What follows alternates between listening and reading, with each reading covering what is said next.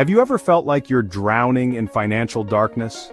You're buried under a mountain of bills, your credit card statements give you nightmares, and you can't even remember the last time you slept soundly. Let me tell you, I've been there. But let me tell you something else, there's a way out. Today, I'm going to show you how even the darkest financial situation can begin to change in just 30 days.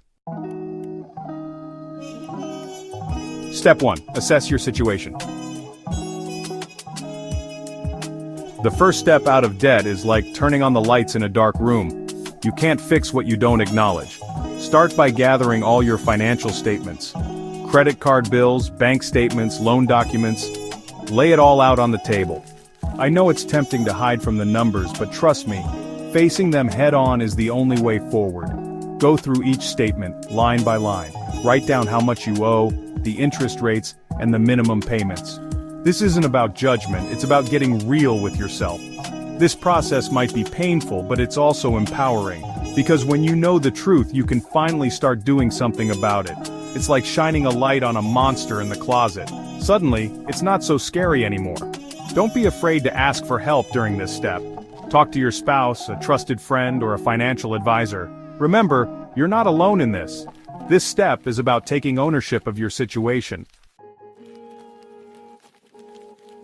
Step 2. Create a budget that works. Now that you've faced the music, it's time to start writing a new tune. That means creating a budget, a plan for every single dollar that comes in and goes out of your household. Forget those fancy budgeting apps for now. Grab a pen and paper, yes, pen and paper, and write down all your sources of income, your salary, your side hustle, your spouse's income, everything. Next, list out all your expenses. And I mean everything from your rent or mortgage to that daily cup of coffee. Be honest with yourself, no fudging the numbers.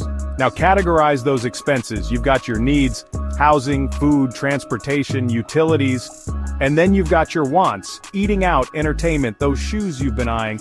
Here's where the rubber meets the road. You've got to start trimming the fat. Look for areas where you can cut back, especially on those wants. Can you eat out less? Cancel those subscriptions you barely use?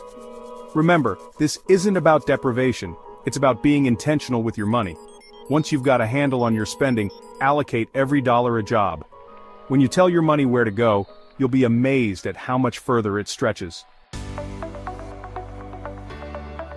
Boost your income. When you're serious about getting out of debt, you've got to attack it from all angles. That means not only cutting expenses but also finding ways to bring in more money. Now, I'm not talking about winning the lottery or getting rich quick. This is about good old-fashioned hustle. Think about your skills and talents. Can you freelance on the side, teach a class, sell crafts online? There are countless opportunities out there. You just have to look for them. Don't be afraid to get creative. Could you rent out a spare room? Drive for a ride-sharing service? Walk dogs in your neighborhood? Every little bit helps. Talk to your employer. Are there opportunities for overtime or a raise? Could you take on additional responsibilities that might lead to a promotion down the road? Remember, this is temporary. You're in financial recovery mode, and sometimes that means putting in extra hours to get back on your feet. Think of it like this. You're building a bridge to get yourself out of debt. The faster you want to get to the other side, the harder you're going to have to work. Step 4. Automate your financial life. Let technology work for you. You're already working hard to turn your finances around. The last thing you need is to be bogged down by tedious tasks and mental clutter. That's where automation comes in. Think of automation as your personal financial assistant, working tirelessly behind the scenes to keep your money on track. Start by setting up automatic bill payments. This ensures you never miss a due date and get hit with those nasty late fees. Next, automate your savings. Have a portion of your paycheck automatically transferred to a separate savings account each month. You won't even miss it, I promise. Consider using budgeting apps or software to track your spending and income.